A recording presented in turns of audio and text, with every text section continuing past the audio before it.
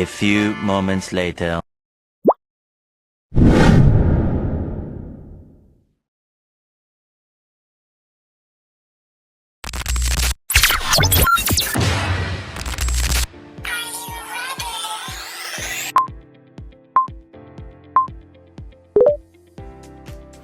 Halo semuanya, Assalamualaikum warahmatullahi wabarakatuh. Sebelumnya yang terhormat kepada Ibu Herlina selaku dosen Sistem Informasi Manajemen dan teman-teman semua yang saya sayangi dan saya banggakan. Di sini saya akan mendemonstrasikan video saya yang dipergunakan untuk ujian akhir semester. Sebelumnya, perkenalkan, nama saya Sofiatul Fitriati dengan NPM 4173. Di sini, saya akan membahas mengenai 4 materi bab Sistem Informasi Manajemen. Dan tentunya, di video kali ini, saya berharap video ini dapat memberikan wawasan dan informasi yang bermanfaat bagi kita semua. Terima kasih kepada kalian semua yang telah meluangkan waktunya untuk menonton. Saya berharap video ini dapat memenuhi harapan dan tujuan yang telah ditentukan. Semoga penjelasan saya ke depan yang saya sampaikan dapat memberikan manfaat dan menambah pengetahuan bagi kalian semua. Oke, tanpa berpanjang lebar, mari kita mulai untuk pembahasan kali ini. Yang pertama, kita akan membahas mengenai bab yang ke-9, yaitu tentang Decision Support System atau DSS. DSS itu nama lain dari Sistem Pendukung Keputusan. Dalam dunia bisnis modern, sistem pendukung keputusan menjadi alat yang penting untuk membantu pengambilan keputusan yang lebih tepat dan efisien. Sistem pendukung keputusan tentunya memanfaatkan teknologi informasi seperti Sistem Informasi Manajemen atau SIM untuk mengolah data secara analitik dalam skala besar, di mana itu memungkinkan pemimpin bisnis memahami tren dan membuat keputusan yang sangat strategis. Selain itu, sistem informasi eksekutif juga menyediakan informasi yang relevan dan terstruktur melalui portal perusahaan. Dan itu digunakan supaya untuk mempermudah eksekutif dalam mengakses data yang penting. Sistem manajemen pengetahuan tentunya juga berperan besar dengan menyimpan dan menyebarkan informasi yang dapat digunakan kembali untuk meningkatkan efektivitas organisasi. Kemudian untuk bagian yang kedua yaitu ada teknologi kecerdasan buatan atau Artificial Intelligence atau AI. AI semakin memperkuat peran sistem pendukung keputusan dalam bisnis. AI memungkinkan otomatisasi proses yang kompleks dan menawarkan solusi inovatif dalam menyelesaikan berbagai masalah. Misalnya, sistem pakar digunakan untuk memberikan rekomendasi berdasarkan pengetahuan yang spesifik. Sementara, untuk jaringan syaraf tiruan mampu mengenali pola data untuk menghasilkan prediksi yang lebih akurat ke depannya. AI juga diterapkan dalam logika fusi, algoritma genetika, dan realitas maya yang masing-masing memberikan kontribusi unik dalam pengembangan strategi bisnis. Dalam pengembangan strategi bisnis yang lebih adaptif dan efisien. Nah, secara keseluruhan dari penjelasan di atas, penggunaan sistem pendukung keputusan dan teknologi Artificial Intelligence memberikan dampak yang signifikan terhadap efisiensi dan inovasi dalam bisnis. Teknologi ini tidak hanya mempercepat proses pengambilan keputusan, tapi juga memungkinkan perusahaan untuk merespon perubahan pasar dengan yang lebih cepat. Dengan memanfaatkan agen cerdas, perusahaan dapat menciptakan layanan yang lebih personal untuk perusahaan dan prediktif, sehingga itu membantu mereka untuk tetap kompetitif di era digital yang terus berkembang. Kemudian yang selanjutnya kita akan membahas untuk materi yang ke-10 mengenai tentang bagaimana sih cara mengembangkan solusi bisnis atau teknologi informasi. Pendekatan sistem dalam pengembangan sistem informasi tentunya dapat membantu memahami masalah bisnis dan menemukan solusi yang tepat dan solusi yang sesuai. Siklus hidup pengembangan sistem atau yang disebut juga dengan SDLC mencakup 5 tahap utama. Yang pertama ada investigasi untuk mengenali masalah, yang kedua ada analisis kebutuhan pengguna, yang ketiga ada desain sistem, dan yang keempat ada implementasi solusi, dan yang terakhir ada pemeliharaan sistem secara berkelanjutan. Nah, untuk pendekatan ini, memastikan setiap aspek pengembangan sistem disesuaikan dengan kebutuhan bisnis dan teknologi tentunya. Analisis dan desain sistem ini bertujuan untuk mengevaluasi sistem yang ada dan untuk menentukan solusi teknis yang mendukung tujuan bisnis ke depannya. Analisis sistem menggunakan model yang logis ini digunakan untuk memahami kebutuhan informasi. Sementara untuk yang desain sistem yang mencakup seperti perangkat keras, perangkat lunak, dan jaringan.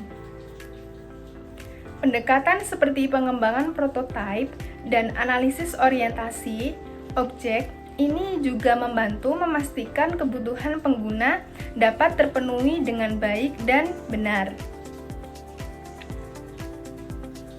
Manajemen proyek sangat penting untuk mengelola sumber daya, waktu, dan biaya serta mengurangi resiko kegagalan. Implementasi sistem baru memerlukan strategi seperti konversi langsung, secara paralel, atau bertahap.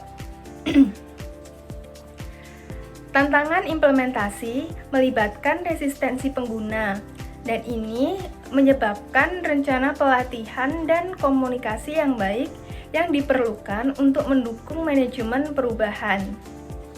Yang selanjutnya yaitu ada evaluasi pasca implementasi, di mana ini untuk memastikan sistem yang memenuhi kebutuhan pengguna dan tujuan bisnis yang telah ditetapkan.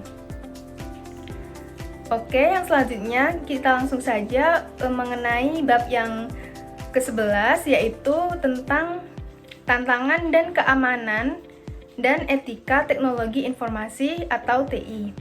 Nah, teknologi informasi atau TI ini memiliki dampak yang besar dalam kehidupan pribadi dan bisnis. Namun, TI ini juga menimbulkan tantangan seperti yang pertama itu ada pelanggaran privasi, yang kedua ada ketimpangan sosial, dan yang ketiga ada perubahan kondisi kerja. Data individu semakin mudah diakses, otomatisasi pekerjaan tentunya juga mengurangi kebutuhan tenaga manusia, dan kesenjangan digital ini dapat memperburuk ketidaksetaraan. Profesional teknologi informasi memikul tanggung jawab untuk memastikan bahwa teknologi ini sangat digunakan secara produktif tanpa mengorbankan nilai sosial dan etika yang etis. Keamanan informasi menghadapi ancaman seperti peretasan, malware, pencurian identitas, dan penyalahgunaan akses internal. Strategi mitigasi yang mencakup teknologi seperti firewall dan enkripsi, terus ada audit sistem, serta pelatihan karyawan untuk praktik keamanan yang terbaik. Nah, di sisi yang lain, etika tentunya juga menjadi isu yang penting, terutama terkait privasi pengguna, pengawasan karyawan, dan praktik bisnis. Kebijakan yang tidak etis atau melanggar seperti penjualan data tanpa izin atau kegagalan melindungi informasi pelanggan tentunya dapat merusak reputasi perusahaan. Pendekatan proaktif menjadi kunci dalam menangani tantangan keamanan dan etika. Oleh karena itu, organisasi harus menerapkan kebijakan keamanan yang ketat, manajemen resikonya juga harus yang komprehensif dan pelatihan untuk seluruh pemangku kepentingan atau stakeholder. Kemudian yang selanjutnya, selain itu kita juga harus fokus pada kesejahteraan karyawan dan komunikasi yang baik, karena komunikasi yang baik juga dapat menciptakan lingkungan kerja yang dapat mendukung keamanan dan produktivitas. Dengan langkah ini, teknologi informasi dapat dimanfaatkan secara aman dan bertanggung jawab, menjaga keseimbangan antara teknologi dan dampak sosialnya. Kemudian yang selanjutnya kita akan mengenai atau membahas tentang materi yang ke-12, yaitu tentang perusahaan dan manajemen global teknologi informasi. Nah, teknologi informasi atau TI itu menjadi elemen krusial bagi perusahaan global dalam meningkatkan efisiensi operasional, di mana itu dapat mengurangi hambatan geografis dan mendukung ekspansi bisnis lintas negara. Dengan memanfaatkan infrastruktur teknologi informasi global seperti perangkat keras, perangkat lunak, dan jaringan komunikasi yang sangat konsisten, tentunya perusahaan itu dapat mengintegrasikan rantai pasok produksi dan distribusi secara digital. Nah, apa sih contohnya?